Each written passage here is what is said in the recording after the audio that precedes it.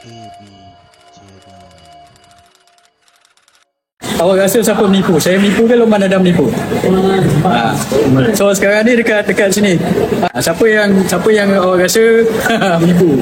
Saya ke Lokman? Lokman lah dia jawab. Saya tak tahu budak ni dia belajar ekonomi kat mana.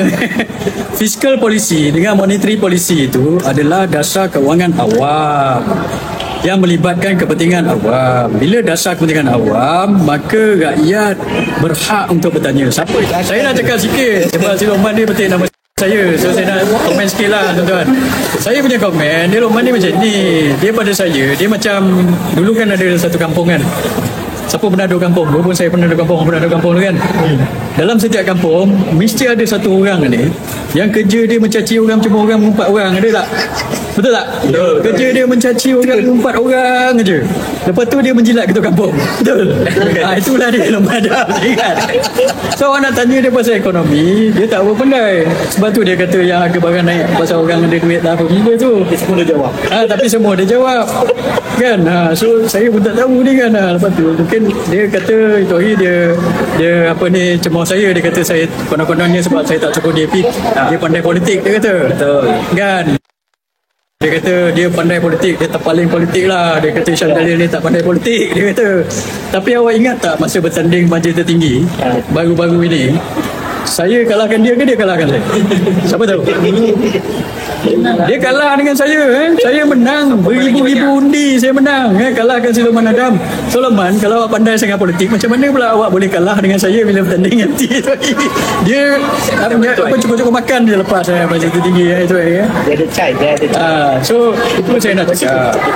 Lokman ni dia ekonomi pun tak berapa pandai, politik pun tak pandai, tapi dia pandai mencemoh orang, lepas tu menjilat ketua kampung. So rasa dia terpaksa buat macam tu sebab dia nak komen benda lain tak boleh. So nak cari makan, dia terpaksa jilat cemoh orang. Dia ingat macam itulah. So cukuplah cerita pasal Lokman dalam bosa ni tuan-tuan. Dan kita balik kepada yang tadi apa ni yang dia kata tu Lokman dia kata itu hari saya konon-kononnya menipu pasal KWSP ni. Sebab dia kata dia quote setiausaha politik kepada Anwar Ibrahim, Menteri Kewangan. Setiausaha politik Nafi kan. Apa ni yang dana KWSP digunakan untuk kukuhkan ringgit, dia kata macam tu. Sebab dia kata ringgit ini kukuh sebab Anwar Ibrahim pergi luar negeri ni cari pelaburan, dapat 20 bilion ni, sebab tu ringgit kukuh. Ini lepas tu dia quote 329 bilion itu yang pelaburan dilulus. Ini lah Lokman satu lagi. Kamu ni dah tertinggal bas. Orang dah cerita pasal 329 bilion ni daripada minggu lepas. Sekarang ini yang 60 bilion ni yang baru minat nak masuk ini belum lulus pun. So macam mana pula dia boleh kukuhkan ringgit? Inilah dia cerita satu hal. Lepas itu bila dia nafi tu, dia kata tidak betul macam saya cakap. Dia kata saya tipu yang KWSP guna ni. Dia quote setiausaha politik Menteri Kewangan. Nombor satu, isu ini adalah isu dasar kewangan. Apa hal pula setiausaha politik pula nak jawab? Betul tak? Setiausaha politik ni, saya dulu dalam kerajaan, saya dulu pernah kerja dengan Tun Najib. Saya tahulah dia patut jawab isu-isu politik. Kita tanya berkenaan dengan isu dasar ni, sepatutnya yang jawab siapa? Sama ada Anwar Ibrahim sendiri ataupun CEO KWSP sendiri yang jawab, Atau Menteri Kewangan. Menteri Kewangan. Menteri Kewangan kedua CEO KWSP. Bukannya setiausaha politik. Saya tak mau dengar, rakyat tak mau dengar setiausaha politik nafi je. Dia kata ni spekulasi. Saya nak dengar daripada CEO KWSP sendiri nafi sama ada benda ini betul ke tidak. Bukannya. So sekarang saya nak cakap Lokman kata apa ringgit ni kukuh sebab Anwar Ibrahim dapat bilion-bilion yang baru pelabur minat ni. Saya tanya soalan, saya kata betulkah KWSP guna jual aset-aset di luar negeri ni untuk membeli ringgit? Awak rasa siapa menipu? Saya menipu ke Lokman Adam menipu? So sekarang ni dekat sini, dekat yang tengah tengok live saya ni 3,000 lebih ni. Siapa yang awak rasa menipu? Saya ke Lokman? Lokman lah dia jawab. Saya nak tanya setiausaha politik pada Menteri Kewangan. Nombor satu, awak tanya CEO daripada KWSP. Sebabnya apa saya nak tanya begini? Sebab ini daripada penganalisa ekonomi yang cakap. Penganalisa ekonomi cakap 35.3 bilion hasil pelaburan KWSP boleh ditukar kepada ringgit. Ini penganalisa politik, penganalisa ekonomi yang cakap. Ini bukan saya Lokman yang cakap. Lepas tu apa Man? Cas. Ada ni. Masuk Man, bersih. Okey, lepas itu ini daripada EPF punya CEO sendiri, dia cakap apa? Ini pada minggu lepas, Mac 4 Mac 2024. CEO EPF, KWSP punya CEO cakap apa? Tengok ni, dia kata EPF hints at potential support. EPF telah bagi bayangan untuk menyokong ringgit. Ini dia sendiri cakap. Ini laporan kata the Employee Provident Fund Chief Executive Officer Ahmad Zulkarnain has hinted at potential support for the weak ringgit through repatriation of fund. Maksudnya CEO kepada KWSP ni telah bagi bayangan untuk dia repatriate ni, bawa balik pelaburan daripada luar negeri untuk menyokong ringgit. Dia sendiri yang bagi hint itu, tuan-tuan. So sebab itu saya tanya betul ke tidak, sebab dia yang bagi hint, bukan cerita ini kita buat-buat ini. Lepas tu apa dia tulis kat sini? On the ringgit performance, Ahmad Zulkarnain said the retirement fund is in sync with Bank Negara Malaysia's stance on the valuation of the ringgit. We agree that the ringgit is undervalued. It means purchasing more asset in ringgit.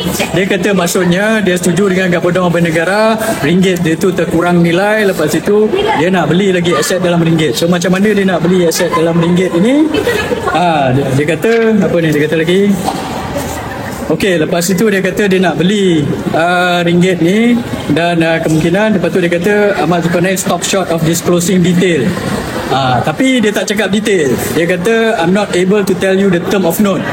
Dia tak boleh bagi tahu secara detail apa terma-terma dia. Dia kata because that is confidential information. Sebabnya itu adalah maklumat sulit.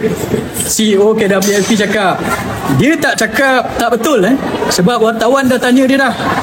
Wartawan dah tanya KWSP, adakah betul KWSP ni dah jual aset dekat luar untuk beli ringgit? Wartawan tanya, ini daripada NST, tak salah saya di siapa semua dah keluar. Dan dia jawab macam mana? Dia kata, kita kalau ada value tu kita beli untuk ambil untung. Lepas tu saya tak boleh bagi tahu terma-terma dia sebab ini adalah sulit. Okey.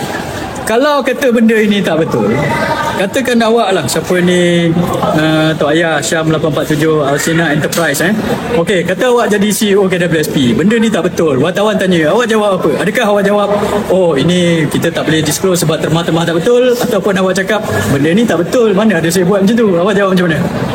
Mestilah kalau tak betul, awak jawab benda tak betul lah. Bukannya awak jawab benda ni sulit. So kalau awak jawab benda tu sulit, maksudnya ada asas atau kebenaran tentang berita tersebut.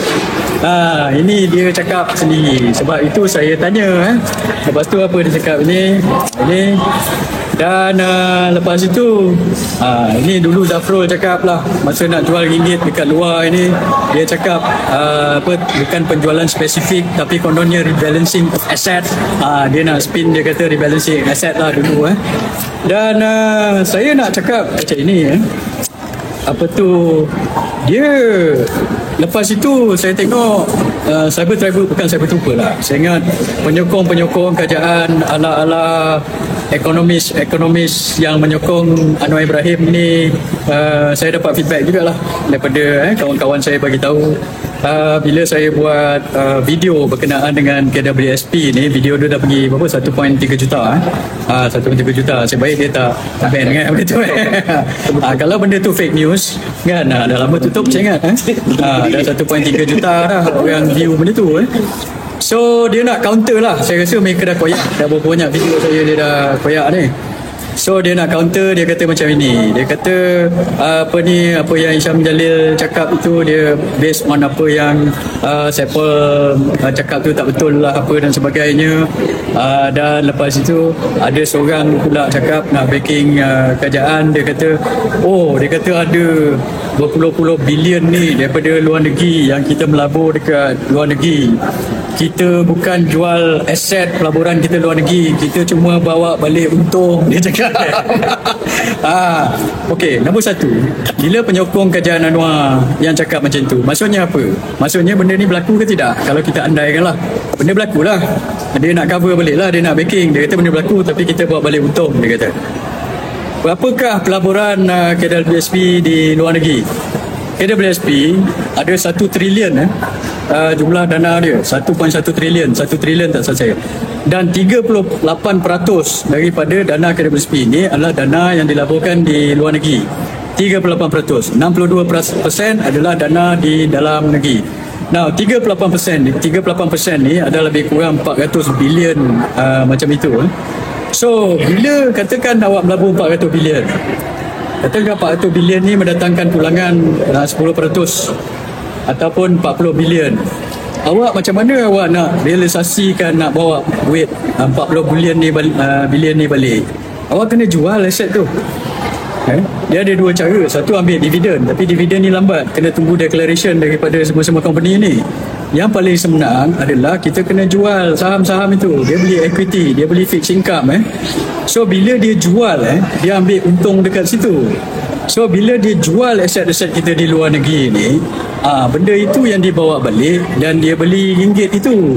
So maksudnya dia bukan boleh jual keuntungan tu saja, tak boleh. Katakan 400 bilion, dia nak jual keuntungan saja 10%. Tapi bila dia jual 10% of the equity itu, maka jumlah saham yang kita pegang pun dah berkurang 10%. Awak nak beli balik tak boleh, dah mahal. So jumlah pelaburan kita di luar negeri dah berkurang sebab dia jual, bukan dia boleh jual keuntungan yang mark to market pada equity itu saja, tak boleh. Awak kena jual financial asset itu sendiri. Ini yang menjadi masalah. Bila dia jual benda itu, dia bawa balik itu, lepas itu dia beli sendiri ringgit. Dan ada pula apa ni orang kata, penyokong kajian punya penganalisis ekonomi, dia kata apa, dia kata takkanlah KWSP beli ringgit ni, ini bukan kerja KWSP, ini bank negara je yang boleh beli betul ringgit. So kita tengoklah result bank negara macam mana. Ini satu lagi tak betul, siapa-siapa pun boleh beli ringgit, bukan bank negara je boleh beli ringgit, saya pun boleh beli ringgit, mana-mana orang pun boleh beli ringgit di luar negeri. Awak boleh beli post office untuk beli ringgit. So dia nak backing, tapi faktanya itu tak betul. So sebab itu saya cakap, mereka ini bila dia repatriate balik duit itu, dia jual, dia beli kita ringgit kita untuk penukaran ringgit. Tapi apabila dan sekiranya dia buat macam itu, apa yang berlaku? Kita punya dana pegangan saham kita, jumlah saham yang kita pegang di luar negeri akan turun. Kita nak beli balik, dia dah jadi mahal. Now, kenapa kita labur di luar negeri ni? Kita labur di luar negeri sebab pulangan di luar negeri itu lebih tinggi. KWSP kita nak maintain daripada dulu 5% lebih untuk bayar dividen kepada rakyat kita. Tapi beberapa tahun yang lepas, KWSP buat keputusan untuk tambah pelaburan di luar negeri sebab pulangan di luar negeri ni lebih banyak. Sebab pulangan equity market dan sebagainya dalam negeri ni dah kurang. Sebab ekonomi kita growing itu tak boleh nak keep up dengan apa target dividen KWSP itu. So sebab itu kita nampak 38% pelaburan KWSP di luar negeri ini menjana 53% ke tak salah saya. 53% daripada pendapatan keseluruhan KWSP. So dia ada 38% pegangan, tapi menjana lebih daripada 50% daripada keuntungan. Compare dengan 60 lebih persen pegangan yang dilaburkan dalam negeri yang hanya menjana kurang daripada 5%. So maksudnya pelaburan kita di luar negeri ni dapat jana lebih banyak. Itu yang kita guna untuk bayar dividen. So apa yang berlaku kalau dana ini digunakan untuk support ringgit? Kita jual yang kat overseas tu, kita punya pelaburan dekat overseas tu kurang, lepas tu kita beli ringgit, lepas tu ringgit jatuh balik, apa yang kita puluh-puluh bilion itu kita guna gone. Lepas tu kita punya pelaburan yang kita beli dulu kat Rusi dah kurang, sekarang ni nak jana macam mana nak bayar dividen, kita nak maintain 55%. So sebab itu saya cakap, jangan guna dana KWSP ni untuk main-main dengan forex ni, untuk beli ringgit lah, apa benda lah, inilah. Kalau itu yang berlaku, ini tak boleh, awak tak buat macam, tak boleh buat begitu. itu. So sebab itu saya kata begitu. Dan kenapa benda ini penting? Sebab apa saya tanya pada Menteri Kewangan dan Perdana Menteri? Sebab dalam akta KWSP, ini akta KWSP. Apa akta KWSP kata? Seksyen 11. Kuasa menteri untuk memberi arahan. Menteri boleh memberi kepada lembaga arahan yang bersifat am selaras dengan peruntukan akta ini tentang perjalanan fungsi dan kuasa lembaga, dan lembaga hendaklah melaksanakan arahan itu. Ini dalam akta KWSP. So menteri boleh arahkan kepada lembaga ataupun KWSP ataupun dia punya investment committee untuk buat benda-benda begini. So sebab itu saya nak tanya, menteri ada ke bagi arahan supaya dia jual aset-aset kita ini untuk support ringgit?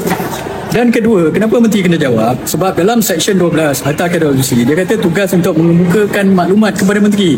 Lembaga hendaklah mengemukakan kepada menteri apa-apa maklumat berkenaan berhubungan dengan kegiatan sebagaimana dikehendaki oleh menteri dari semasa ke semasa. Now, ini adalah isu kepentingan rakyat. So bila isu kepentingan rakyat, sebab dana pencen kita ini, kalau dana pencen kita digunakan untuk support KWSP, kita perlu tahu so kita tak boleh bayar dividen ni sebab kita punya pelaburan dah berkurang di luar negeri, macam mana? So menteri kena jawab. Bukan Lokman Adam, bukannya setiausaha politik kepada Perdana Menteri. Ini yang sebenarnya ini. Ada pula seorang penganalisa ekonomi Anwar Ibrahim, nama dia siapa ni?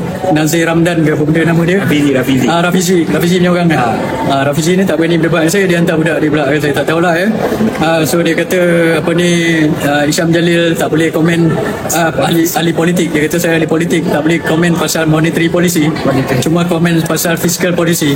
Saya tak tahu budak ni dia belajar ekonomi kat mana.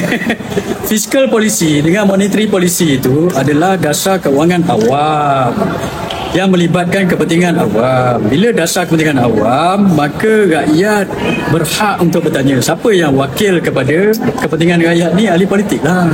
Kalau kita tak tanya, kita tak boleh sembang imbang. Dulu OPR, siapa yang komen pasal OPR? Sampai kajian tak berani nak naik, saya yang komen dulu pasal OPR. Kalau saya tak komen, habislah OPR menaik macam itu. So sebab itu, bila nak berhujah itu, kita kena bagi hujah-hujah yang inilah, hujah-hujah yang betul lah.